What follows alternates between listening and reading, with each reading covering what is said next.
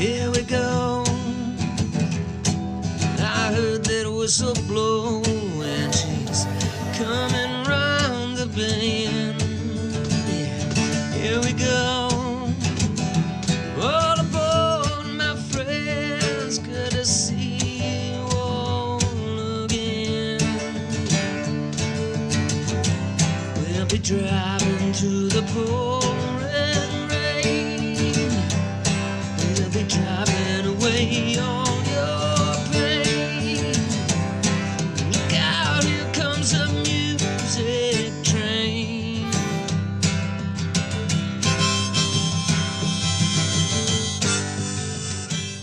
Hello, everybody. We're back with Music Train, episode 3 with Dead Freddie. Sit back, enjoy the show. Shout out to all the sponsors. Shout out to the listeners. Let's run this.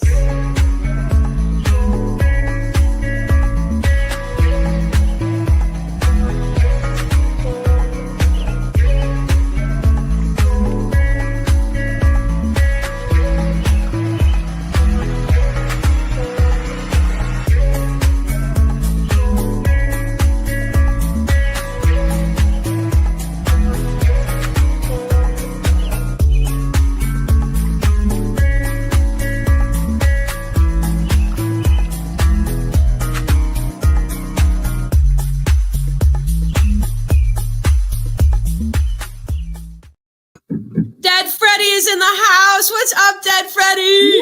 Hello. Good to see you guys. I just want to Good spot seeing you. you. This is wonderful.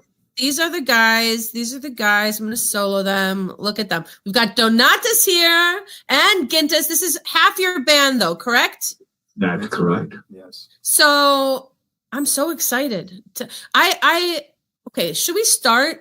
First of all, welcome to the Music Train. My name is Vessi Mink, your humble host. I'm here to make you happy, gentlemen. Are you happy? Yay! So happy. We're happy now. After some technical snafus. Okay, there were some technical snafus, but you're IT man, so you figured it out.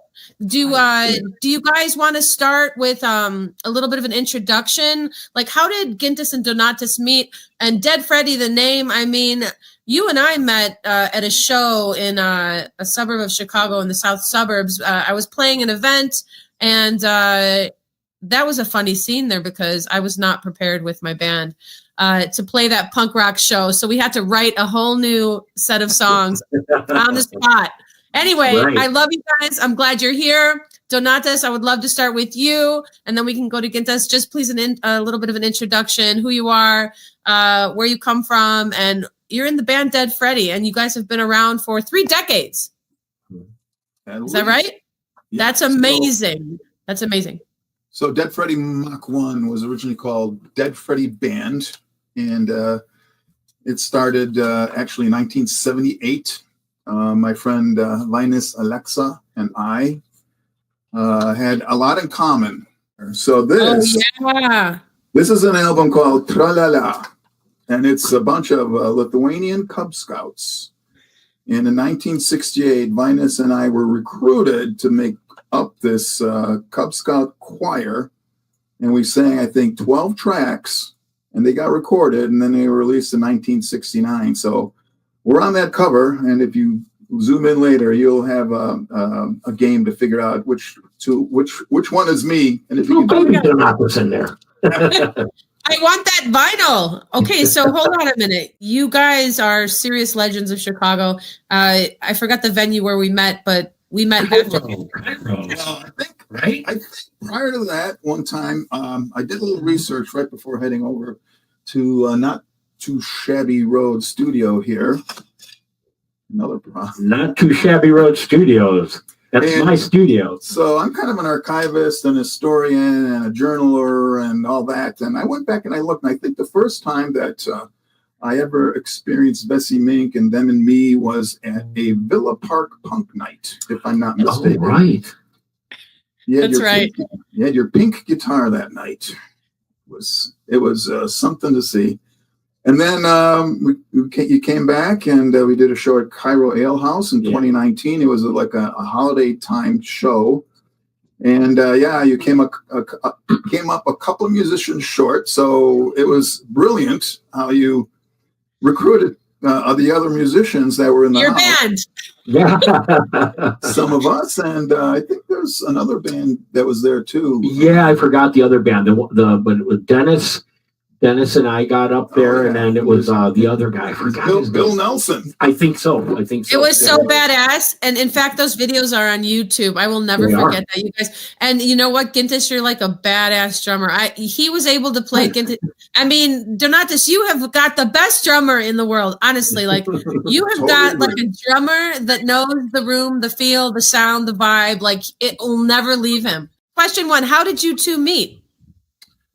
So we had a series of fundraiser concerts. First one was in 2012. Then we had another one in 2013. The third one in 2014. It was a youth night, Lithuanian Scout youth night.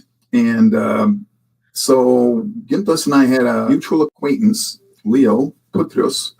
And he said, if you're going to do a Dead Freddie reunion, then I want to do a Steak reunion. So that was the band that...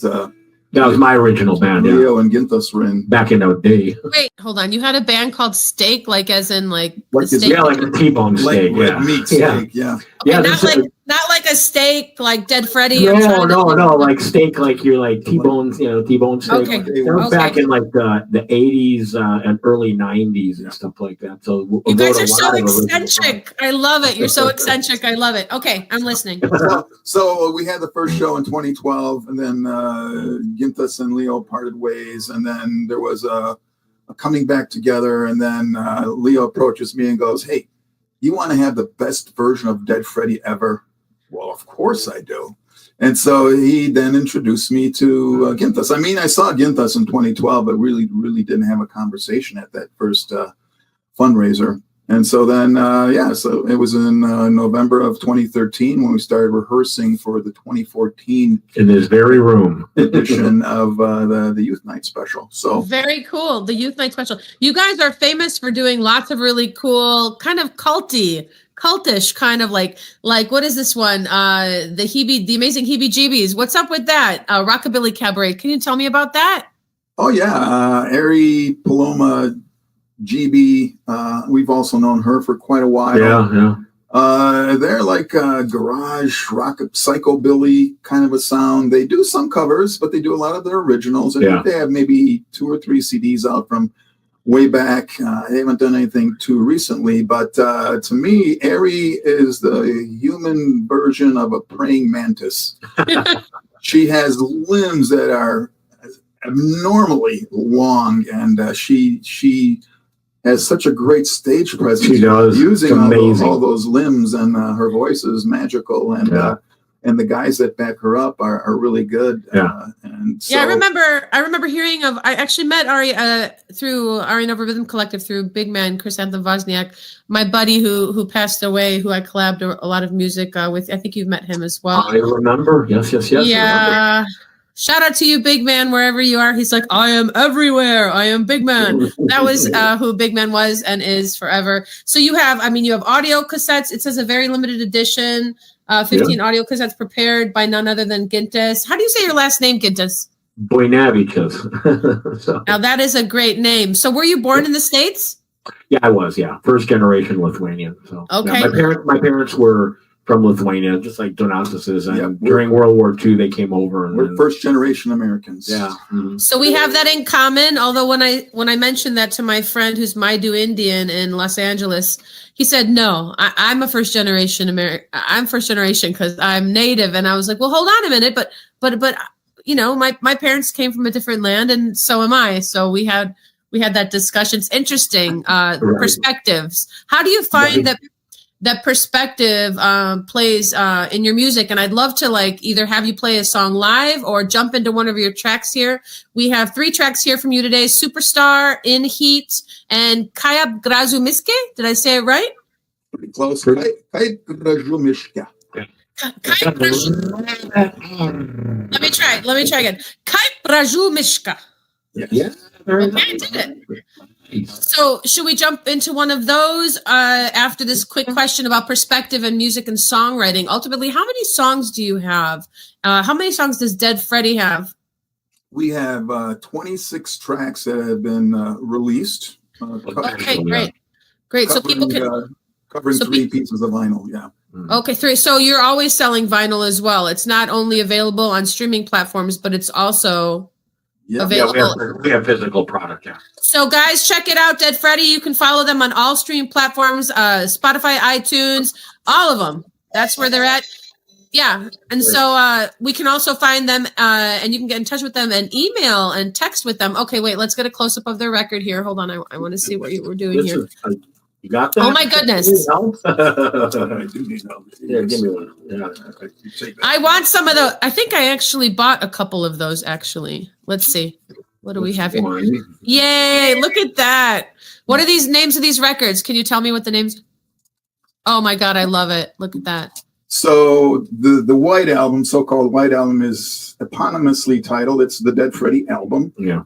But the very first one is our EP. It's called If I Knew What I Wanted. That's the title track of the EP, 6-song EP. And then Ginthus is holding our latest. Devil in the Details. The devil is in the details. Save me one. Save me one. I will be getting one. Of course. Well, what do you think? Should we play one of your MP4s, or are you guys ready to play a song live? We'd love to hear. We've been itching to play live for about the last hour and a half. All right, let's Before go. the microphone died. Yes, the microphone died. I don't So know. Okay. a little bit about this song, and we've done very interesting renditions of this song acoustically and electronically, but probably one of the most interesting versions we've done. We are at WZRD at Northeastern Illinois University, and prior to us going on air, we found a hallway. It had magnificent echoing acoustics. Yeah, it is. Yeah. And I'm pretty sure that's on YouTube. It is. Milkman Dan 63. You can look it up there. So the name of the song is Active Partition. Let's go.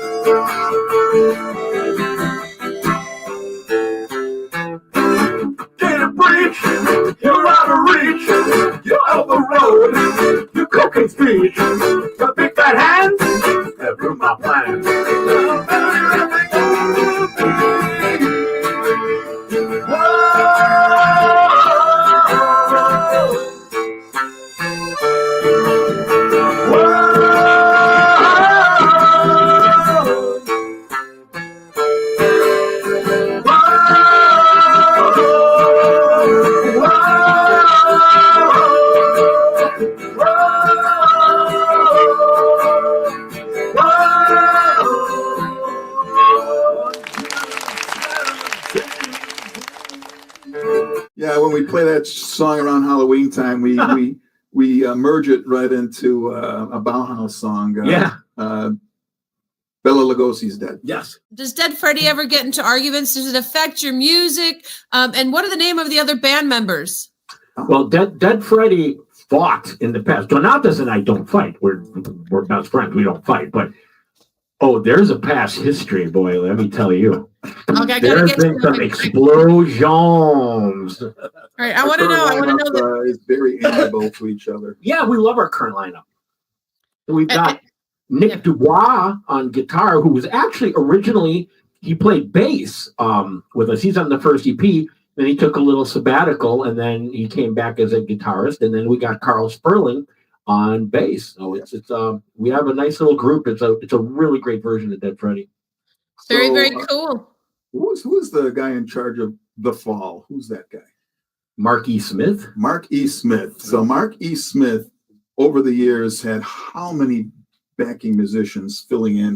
And they're all called The Fall. And I bring that up because we are now up to 23 distinct individuals that have played at least 24. At least one rehearsal with Dead Freddie, and possibly a rehearsal and a show. So but what time? Eventually, we're gonna have to have you and Dead Freddie at some point. You need to be like number 25 or 26. You got to be in our bullpen.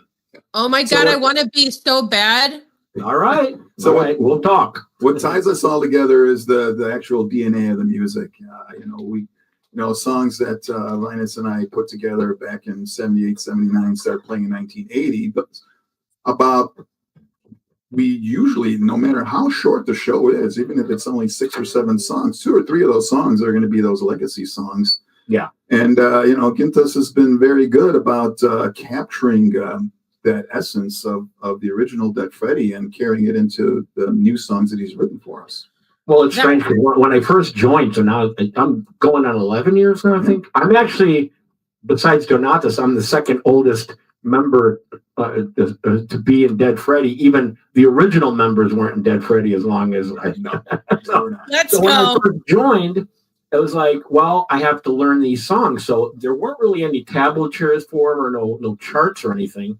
So I sat down and I studied all the music that Donatas gave me, like from a little cassette, like some like just picture like a really crappy sounding cassette or something like that, So I'm like, okay, I got to figure out the chords and all this other stuff. So I sat down and I figured out all these things, and I thought, I've written hundreds of songs like yourself, Bessie. It's the same thing, It's like I'm like, well, how am I gonna kind of keep the same feel of the original Dead Freddie songs, but also kind of get us out of the shell and move us into the current time period, Because Dead Freddie did take some time, off, Donatas, life happened to everybody. Right. But when I joined, I'm like, I had a really good, history lesson by transcribing all the original Dead Freddie music. So I'm like, okay, I kind of understand what's going on here, So now I start writing songs. I'm like, we need new Dead Freddie material. So I wrote a ton of Dead Freddie material, and one of the old members, of course, I'm not going to mention, but it was very rough because it did not enjoy it. But that's a history, and that's a whole other thing. Didn't enjoy what I was writing, but thank God that we had Nick come in, and Nick sat down. He's like, "Oh my God, these are great. We're working on all these songs." He heard it. He heard it. Yeah, when I was actually writing this stuff, and Nick is in the living room, and he's like, "Oh my God, this is great." So it kind of was a nice bridge between the old and then the new, and it's good. And now we got Carl writing a few songs too, and it's like it's so important. Yeah, it's so important to have somebody there with the ear that can hear what it's supposed to be and what it already is. You have to have that vision. So no wonder the person that wasn't any longer in the band, wasn't any longer in the band, didn't get it. Right, they didn't get it. Do you have another one for us, or should I hit one of the? Should I hit In Heat or? We can have it because we do another one. Yeah, and then you could play like an In Heat or whatever. So we're gonna. This little song is Donatas and I wrote this together, and we kind of did it over the internet. So like Donatas sent me some lyrics and stuff. And he was at work, and he goes, "Oh, here's some lyrics I came up with, et cetera, et cetera." So I'm like, all right. So I sat down at my studio was upstairs at the time, so I sat down and I'm like kind of hammering some chords out. And I'm like, all right. And I kept emailing them little chunks of like, it wasn't finished yet, but I go, okay, I got this part, I got the verse, I got the chorus. And then finally by the end of it, it came out to be this song. So we kind of like wrote this over email. What's it called again, this one? The name of the song is Going to the Dance, and it harkens back to high school dances and summer campfires and dances, and all those wonderful yet painful early relationships that you had with that special person that didn't even know you existed until they did. And so this is a song about that. It's called Going to the Dance.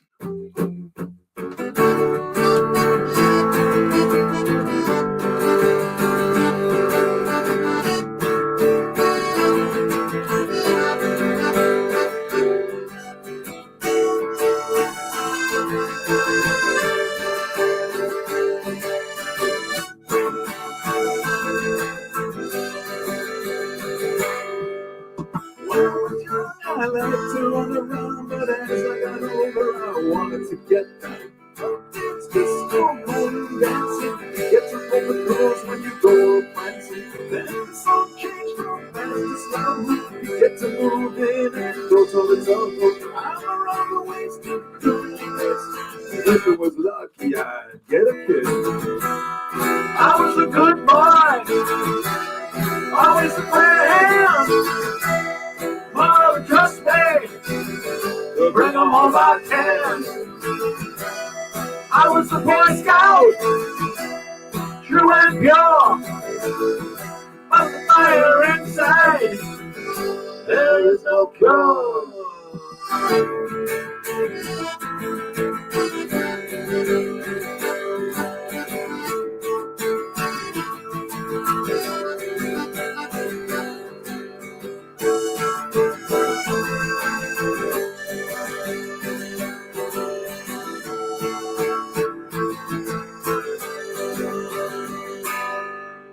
It was hard to let go and stop slowly swaying to and fro.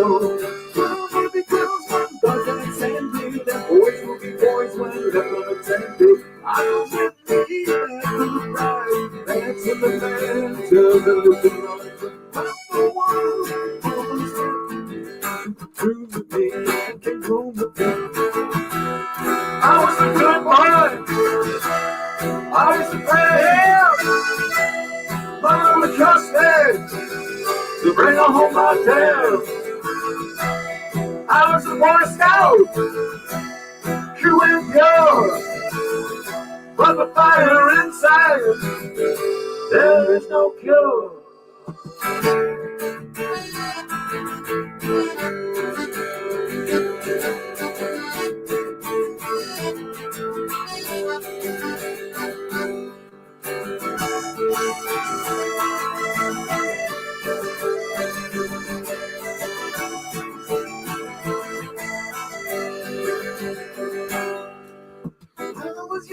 I used to run around, but now that I'm older, I got to get down. Oh, dance, disco, ballroom dancing. I get to hold my girl when we go up prancing. Then the song changed from fast to slow. I get to move in and go toe to toe. I'm around the waist, I did not miss.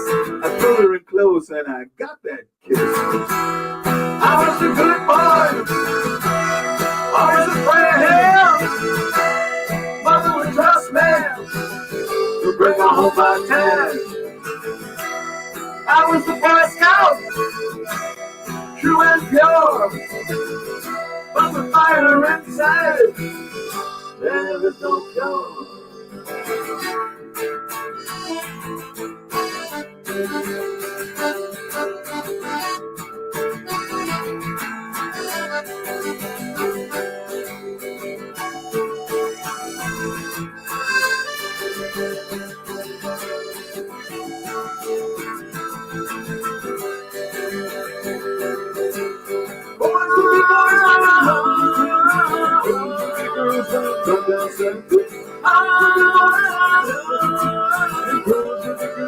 Go dancing,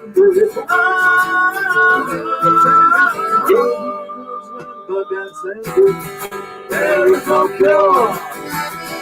There is no cure. There is no cure. There is no cure.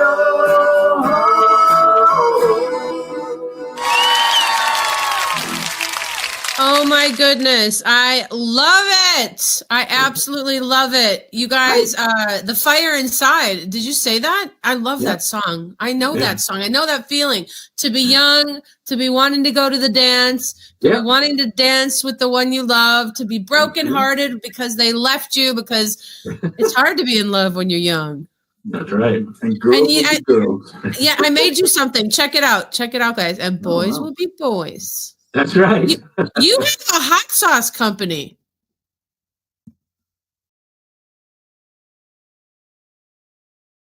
Than what I made as a label. Yeah. Do you like it? Well, that's what the hot sauce is called, in heat. That's what I heard. That's why I went into Grok. A shout out to X.com, Twitter. You guys know it, because you can go and use their little AI Grok, and Grok. I was like, in heat. Hot Sauce Company by Dead Freddie, and make it epic. And that's what it gave me. It also gave me this one. Let me show you the other one it gave me here. Yes, the flaming skull. Oh man, do you that's like great. You put that on your hot dog, that's what your skull's gonna look like. Oh man. So AI is gonna put us all out of business. Why don't we no, we gotta work with it. Yeah, I have questions about that. Use it as a tool. Right. We're working with it. We are AI. Are we AI? Should I play? Yeah. Should I play In Heat? Sure, yeah.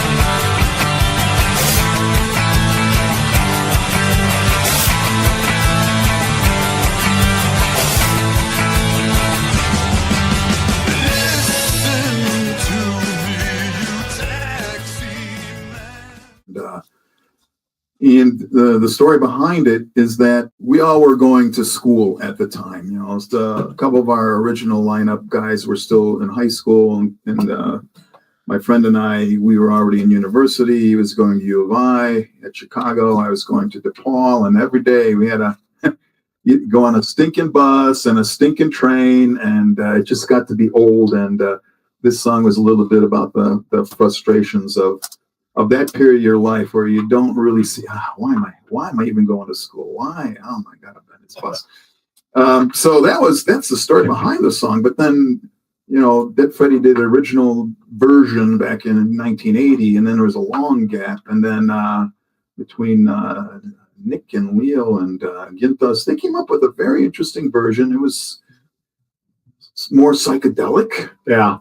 But it was not what I had in my head.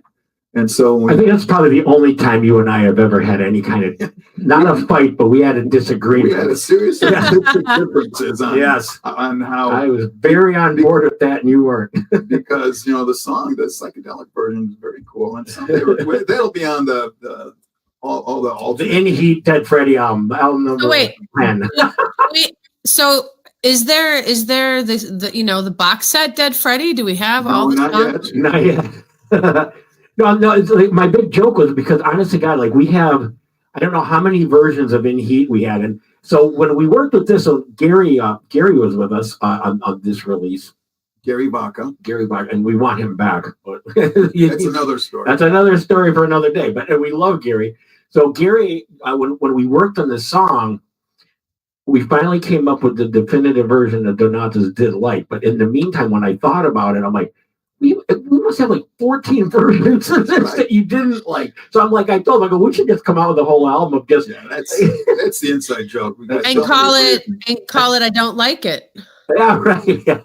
I don't like it till the last one. Not that I didn't like the psychedelic version. It's just I had another version in my head, and we finally brought that to life. So I'm happy that everybody put up with all my stubbornness. And so one of the interesting things about that song is the double guitar parts. Yeah, it was like I heard it, and I don't know if Gary did something like where I call it the Iron Maiden part, because there's twin leads going. Iron Maiden or Thin Lizzy. Yeah. Thin Lizzy, they had twin leads, and so did Iron Maiden, and they would do these not harmonics, but the twin lead part. Yeah. And oh my gosh, I was like, Gary, you got to do this. You got to keep that. It's like, and I called it. I go, you got to do the Iron Maiden part. You got to do the Iron Maiden part. Yeah. Yeah. So that's why we got the twin leads going there, and it's like, oh my gosh, it's beautiful. I love it. It's like my favorite part.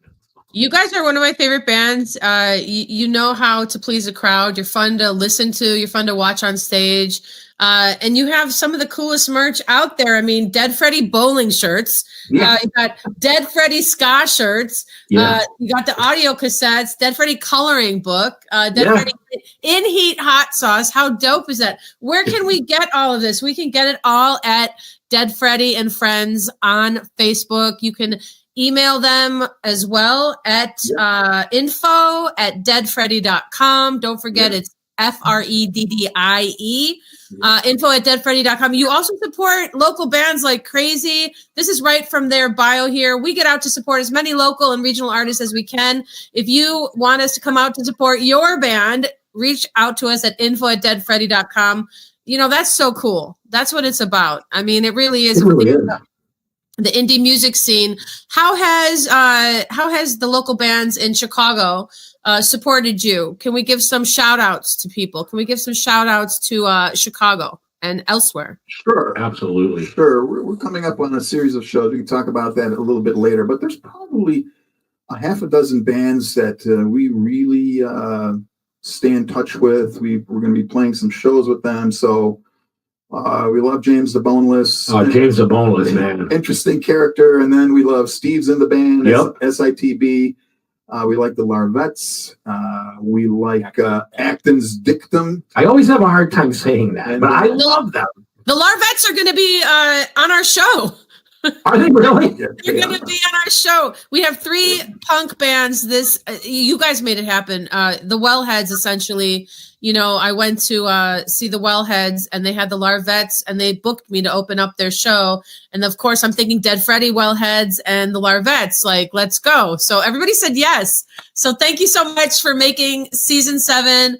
Episode 3, badass episode with Dead Freddie in the house from Chicago. And please go on. Sorry, I had to interrupt with you about the Yeah, so then there's just outside that inner punk core of bands that we love and support, then you have these more esoteric bands like Invisible Cartoons, very cool guys. We love Sweetie. She's pretty punky. We love Saddleman. Saddleman, yes. Saddleman is give us a side project. Yeah. Does kind of alt country. I know that band. You do. You've seen them. Yes. Yeah, it was. We doubled up at the Uptown. That's right. Last time you were there. That's right. So just like any kind of email campaign that you do, or any kind of social media campaign that you do, people are seeing, but they're not clicking. But when I go to the shows, oh my God, you're Dead Freddie. You support local bands, so I'm getting that. And now more often, I'm getting responses from bands. I go and see them, and then the moment they're done playing, I post it up on Facebook, and then I come back later and I do a more formal Dead Freddie supports local bands, where I give more information, give all the tags, give all the That's so awesome. Like you said, it's part of building community, and I think the phrase is a rising tide raises all ships. So totally. If we all support our community, then we'll be more, a bigger community. We'll be better known. We'll get to play bigger shows. We'll get more people in our planet to know who we are and what we're trying to do. Back in the day, when I was in Stake back in the 80s and early 90s, and whenever we would play a show, you'd play with 2-3 other bands, and they would play, and you're like, oh wow, you're gonna stick around for us, right? Oh yeah, we're gonna support you, like no problem.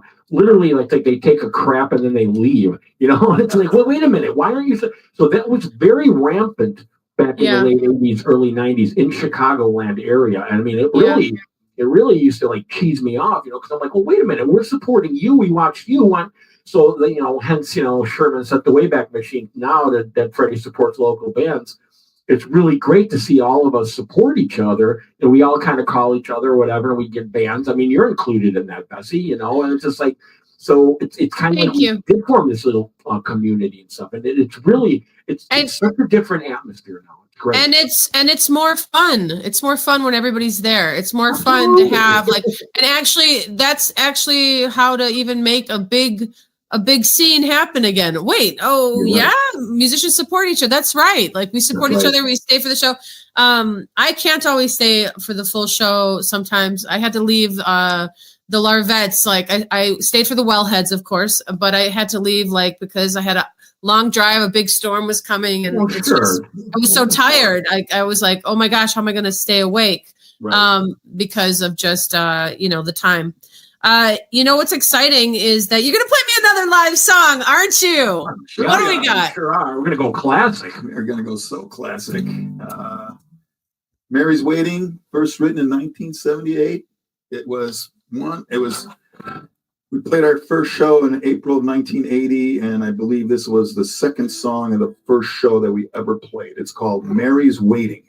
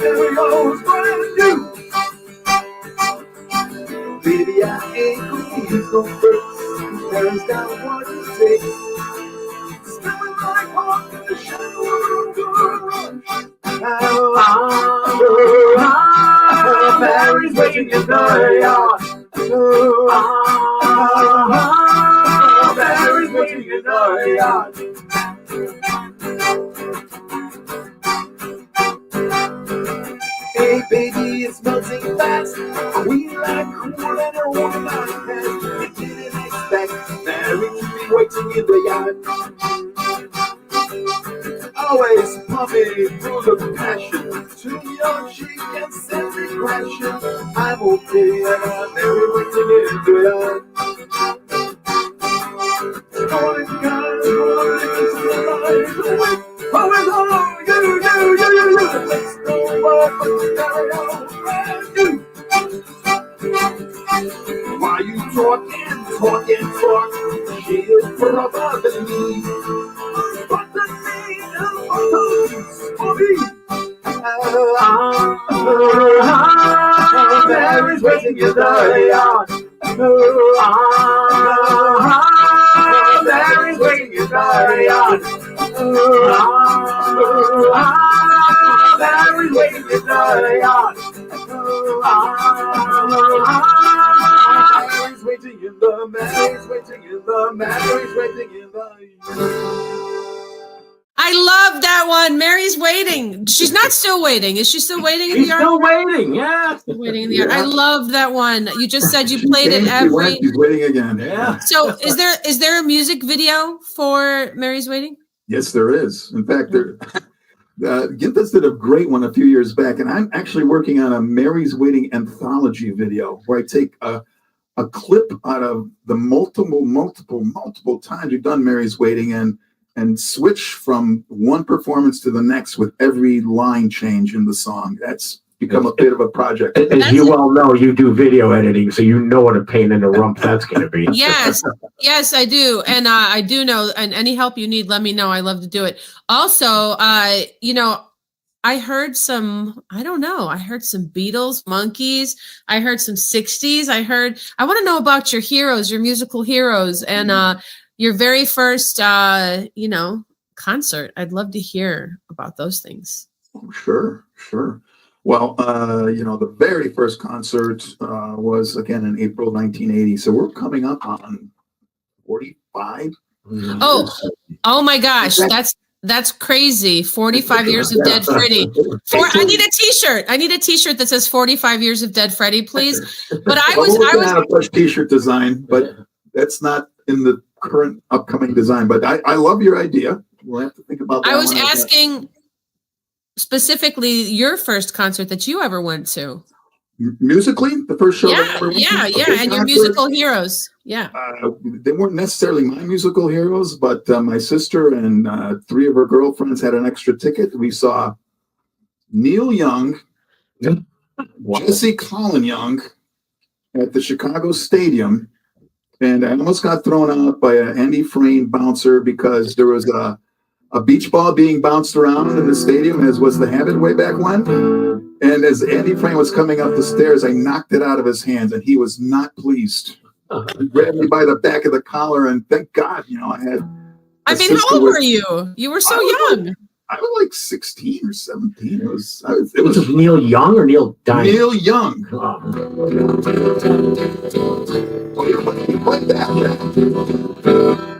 That guy. I was going to say, he said that Neil Young wasn't necessarily a favorite. I mean, you can retract that.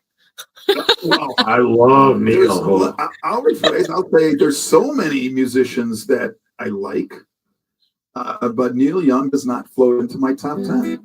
I would put him way up there. So I'll take his portion. Let me just say I memorized every lyric to every song, and after the Gold Rush and Harvest, I learned all those songs. I learned the Wow. Wait, why? Why did you do that? I don't know, because I did like the songs. There's no question. I love those songs back in the day. Yeah. There's another story about the Punk Epiphany. I don't know if you want to get into that. I do. I want to know about the Punk Epiphany. But first, Gintas, what was your first concert that you went to? I believe it was 79, Jethro Tull and UK at the Chicago Stadium when that was still around. It was pretty crazy. It's like, I remember going to like a Ticketmaster or something like that. And me and my friend we're like, hey, want to just go buy a Jethro Tull ticket? Like, it just came out of nowhere. Like, yeah, okay. So we went there. It was like $7 for a ticket or something like that. So then he abandoned me, which like he always did. So he abandoned me, and I had to find someone else to go with me for the ticket. So he found a guy named Vince, and then we became very close friends. So Vince and I, his brother-in-law drove us to the Chicago Stadium to see Jethro Tull, and it was literally white knuckle ride. I didn't think we were going to make it alive. This guy was like slamming on the gas, and like I can't believe we got back in one piece. But the first time I ever smelled pot, I didn't know. I wasn't sure what it was, and I'm like what? Yeah, what is that? And I'm like, okay, that's what that is. Okay. What do you feel? What do you feel about the marijuana revolution? Legalization. Really. I mean, I don't do it, but I always thought that it should be legal. I never thought it was. I mean, if you really break it down, alcohol is probably worse. I always thought that. But I'm glad that it's legal and everything like that. I think it's great. So let's play one of your Kai Grashumiski. Ooh, that's a good one. Yes. Yeah. Oh, yeah. You want to set this one up? You want to set it up? Me? Well, Donatas kind of sent me some. There was a guy named Vytautas Kernagis. He's a very famous Lithuanian composer, kind of rock, kind of prog rock, kind of artsy, that kind of stuff. And I was like, I was sitting at home and I'm like, oh, this is kind of an interesting. He sent me a link and then I started going down the YouTube rabbit hole with this guy. And I'm like, well, this is kind of an interesting thing. And I'm sitting down, I'm relaxing. I got 2 tree bourbons, I'm in, and I'm like, all right, let's listen to this. And I came across this song called Cape Grajomishka. And I'm like, oh man, it's probably like 1 or 2 in the morning, which makes sense to me. But I'm like, oh, I've got to try this. So I grabbed my guitar. That's usually when I grab my guitar is like probably 2 or 3 in the morning. But so I started hammering out some chords, and I'm like, I go, Donatas, I go, we need to do a cover of this. I go, this is an amazing song, So, long story short, we kind of, whipped it into a lather, and then Donatas actually could beat with us. He passed away in the mid-1990s. Yeah, but we had to call his estate because we really wanted to put it on the new album, and we spoke with his son. I believe you did, right? Yes, I did. I got the legal permissions, and good thing we're all bilingual. So because he sent me everything in Lithuanian, so fixed all that. But the part of the backstory is that this song "Kaip Gražu Miške" was written. Kernagis was prominent from about the mid '70s to the late '80s. And he was in Lithuania, and this was the darkest hours of the Iron Curtain of communism. There was like Russia, let's not forget, very repressed time in Lithuanian history. And so there is so much hidden imagery in this song that points towards the repression in Lithuania at the time. Like it talks about, in some instances, there's beautiful insects, and then it gets into, and then you got maggots crawling out of a wild boar's guts that the hunter's slain. And about a bear that's wobbling through the woods like he's drunk. So it's signifying the big Russian bear at the time and how it was. All right. So well, let's get it. Here we go. It's Kaip Gražu Miške. I hope I said it right. And that's amazing. Communism. Who likes it? Nobody. Nobody. Well, who knows now? But we don't. We're not getting into politics. No. my father escaped Bulgaria communism in the late 60s. So yeah. We're all on the same page in this. Yeah. All right, here we go, guys. Exclusive on Music Train with Dead Freddie. Thank you, everybody, for tuning in. Shout out to all the listeners out there. Thank you for being here. Let us know where you're tuning in from. I'm not sure if there's a giveaway today, but I think I might want to give an NFT away today. So definitely put your city and shout Dead Freddie out. Check them out. Subscribe to them on YouTube, and you will be in the running for a free NFT today. Here we go with the song Let's Go, Dead Freddie.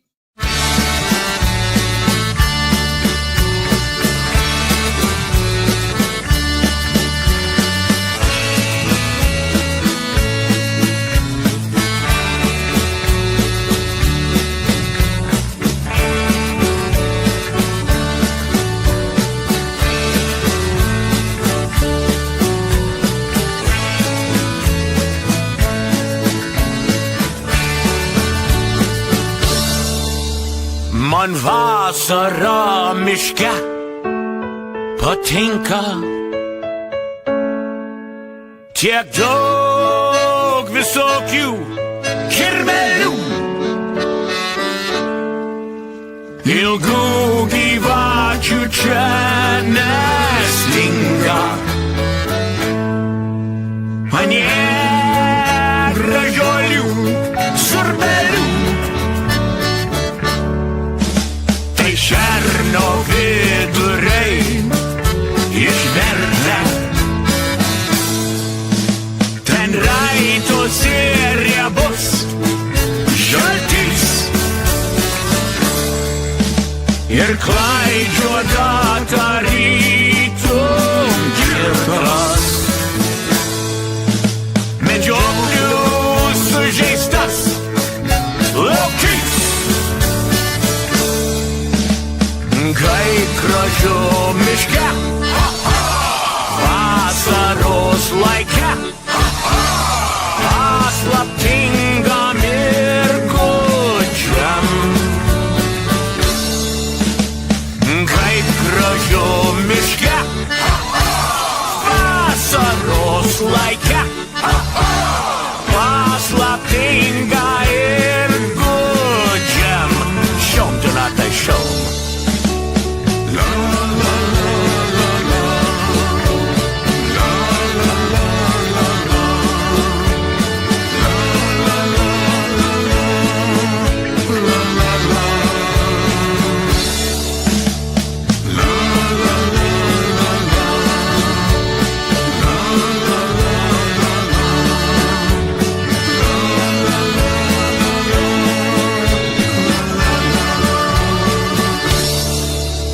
Jei jam pakliūsi draugė mielas,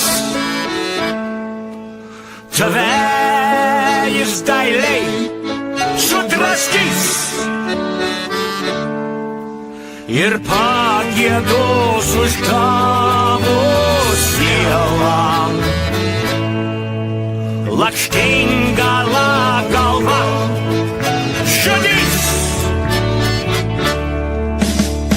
kaip gražu miške, vasaros laike, paslaptingam ir gudžiam.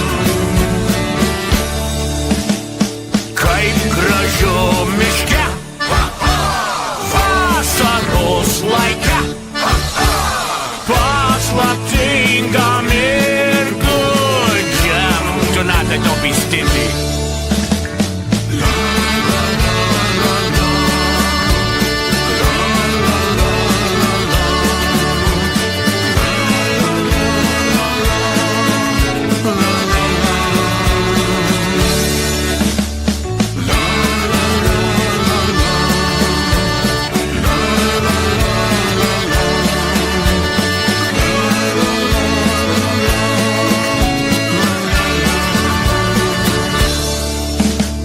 Kaip gražu miške, vasaros laike, paslaptingam ir gudžiam.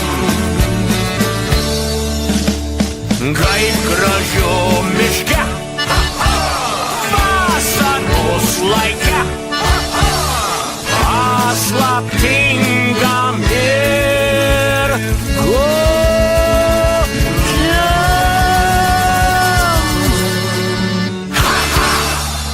That rocked. I loved it.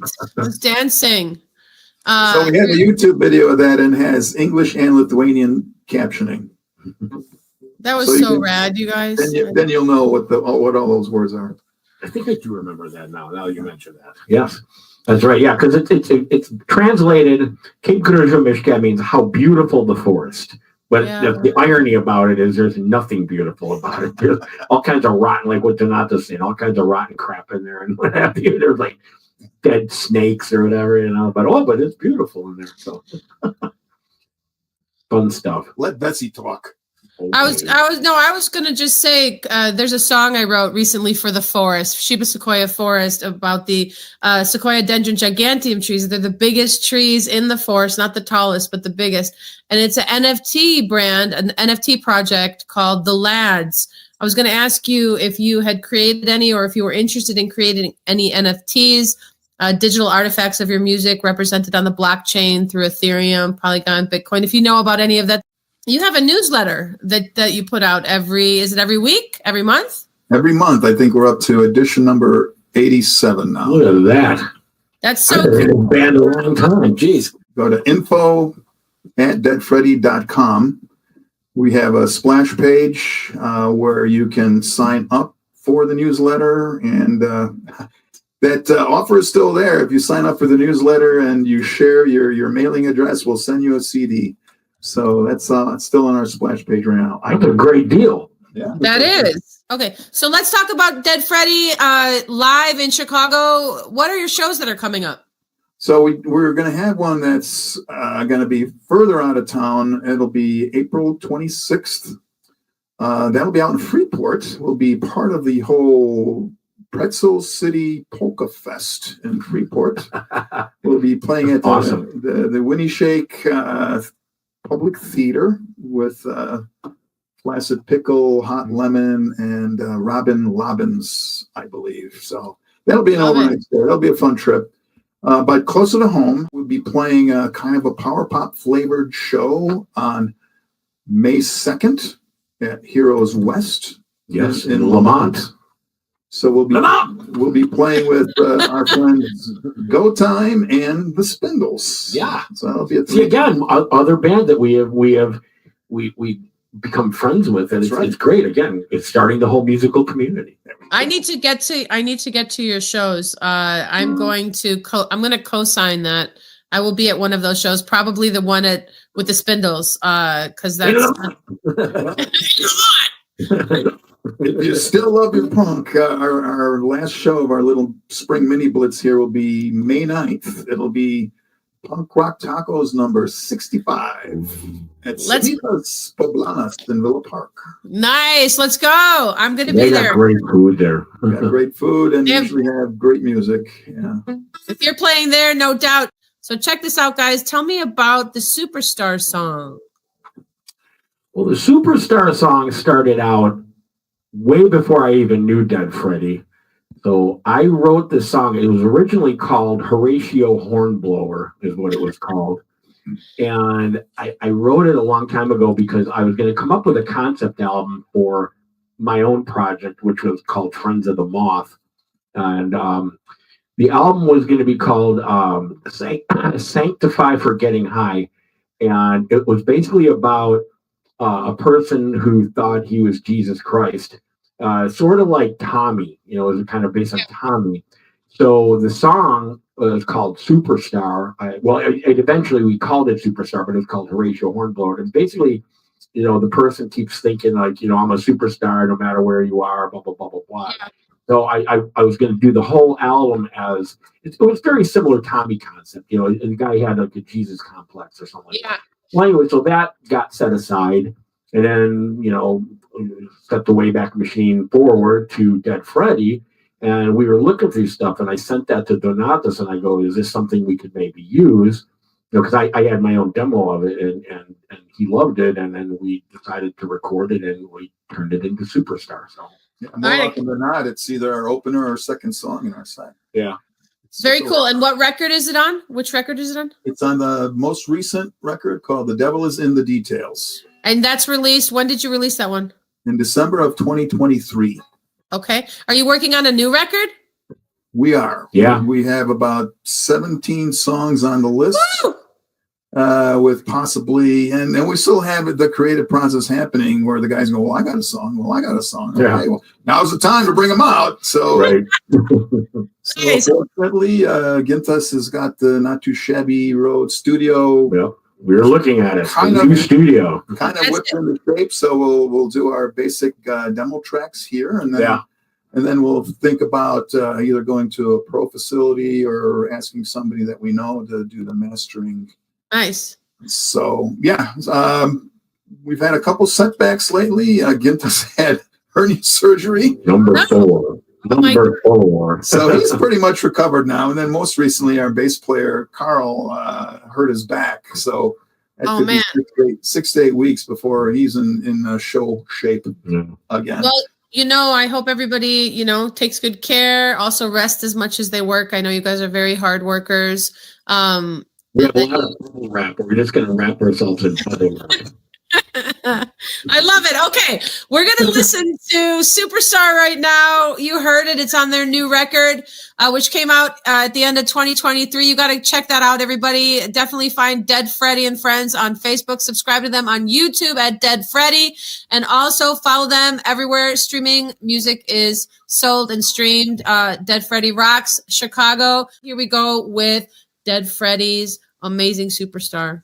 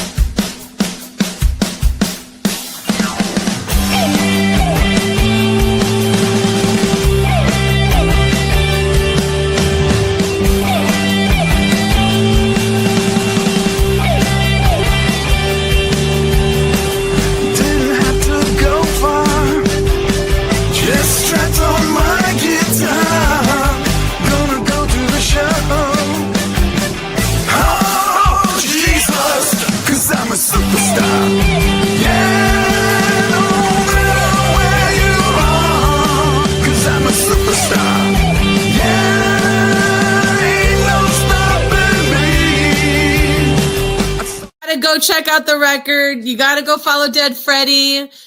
We've got Donatus and Gintas here from this amazing band that supports bands and that also are really tried and true great guys with families and also with jobs that take them away from music not very often because music is a lifestyle. That's right, you guys. Thank you so much for tuning into the Music Train. I do have. Thanks for having us. This is great. I'm so glad you're here. I have one more question. What do you guys have to say to the younger generation that want to get into music but are like, no, I can't make a living doing it, or no, I don't have the skills, or with all of these Debbie Downer, like I can't do it. What do you got to say to them? Don't be in a band. There's too many of us out there. I only say that because there's a famous band from the 70s, Ubu. Okay, they're from Ohio, and David Thomas is the famous eccentric singer from the band. So now I saw them back at Cabaret Metro. It might have been the early 90s or something. Nice. And there was a little record store next to the Metro, and I remember talking to him. I'm saying, hey, hey, break a leg, blah blah blah, and et cetera. But what he did was he had an interview, and they asked him that same question. And this was way back in the early 90s. They go, well, what kind of advice do you have for all the young musicians? They're like, stop playing music. Don't do it. We have too many of us out here. It's taking away our jobs. So I'm only quoting David Thomas, but this would be a wise. So hilarious. You guys, I almost forgot the concept of this show. I don't think I ever told you how this show was born. So basically, BK Han, shout out to you, BK Han, out of Singapore, my NFT mentor, who basically gave me the wings and made me think that I could start a show. We're in season 7. Music Train started on an app called Connect Club. BK said, Vessi, write a song on the spot because that's kind of my thing that I do, which you guys know. You do it very well. And, I had my Pro Tools running here. And so we'd ask a couple words from the audience members. That was his idea. Hey, so-and-so, it's funny you're here. Got a word? We're going to write a song. And that's how episode 1 started, as original song written on the spot with a couple words from our guests. And so Music Train season 1, guys, is all NFTs. All songs I wrote on the spot with words from a couple guests that happen to be in the right place at the right time for such a thing to happen. And it was only after our first 12 or however many we did, we decided to do, hey, why don't I interview musicians, talk about their stories, talk about Web3, talk about the blockchain and music, talk about the industry, talk about life stories and passions. And that's how this show was born. So guys, guess what time it is? It's time to write a song. I need a couple words from you guys. All right. Devo hat. Devo hat. You could also just talk a bunch to me about stuff. Be alert. Be alert. Mm-hmm. Cinderella. Love the music.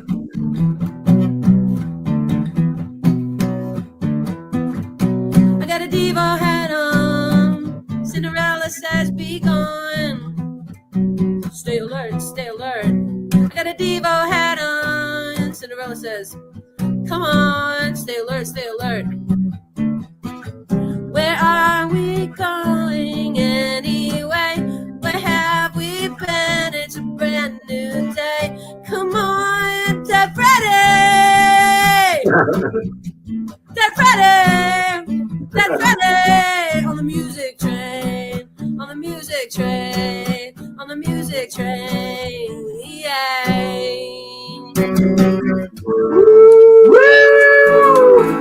Hey. I wanted to shout out last week's guest. We had Megan Baker on. She was amazing. You guys check out episode 2 with Megan Baker. Next week, we've got Mella B, Canadian singer-songwriter. Check her out. You guys, it's going to be amazing. Thank you, everybody, for tuning in. Thank you again to all of our sponsors, to my partner, Mr. BK Han out of Singapore, and to you, Dead Freddie. I would love for you to close us out. Ladies and gentlemen. All right. The name of the song is Save Me From Myself.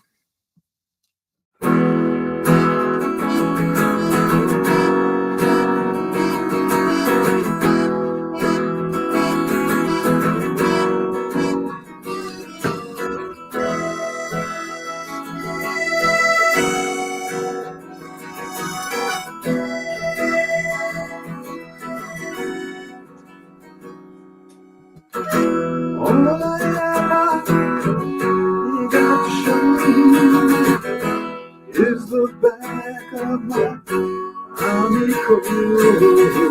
The door says what I got to say when it's left shut and I walk away.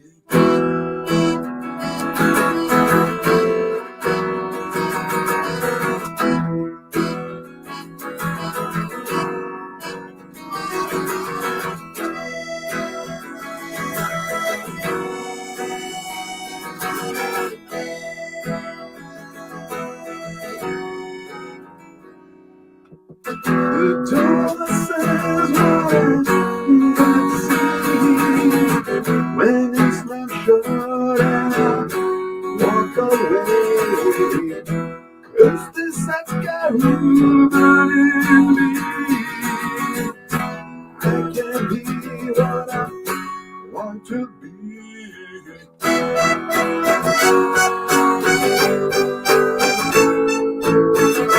But I never wanted to be frustrated. I wanted to run, I wanted to hide, but all I do is hide inside. And my heroes standing mirrors and search the truth. And those who wear pretend to care and steal from my youth. Well, you're not talking about my generation anymore.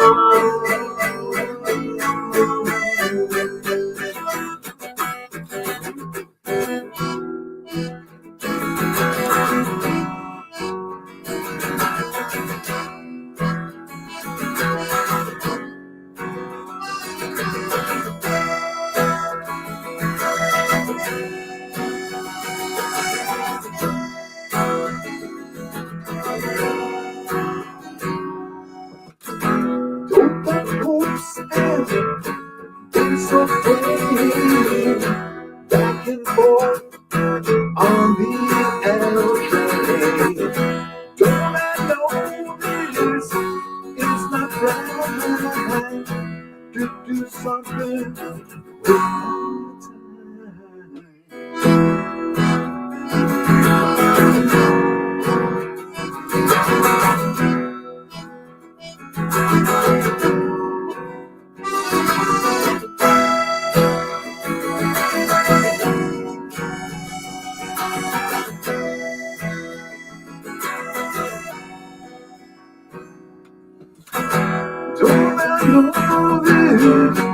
It's my plan. I should do something with my time.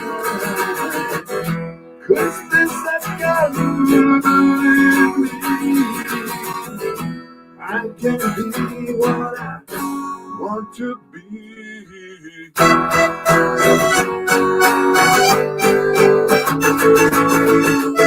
But I never wanted to be frustrated. I wanted to run, I wanted to hide, but all I do is hide inside. And my heroes standing there and search the truth. And those who wear pretend to care and steal from my youth. Well, someone better save me. Someone better save me. Someone better save me. Someone better save me. Someone better save me. Save me from myself. Save me from myself. Save me from my all I ever do. Save me from my all I ever do. Save me from my all I ever do.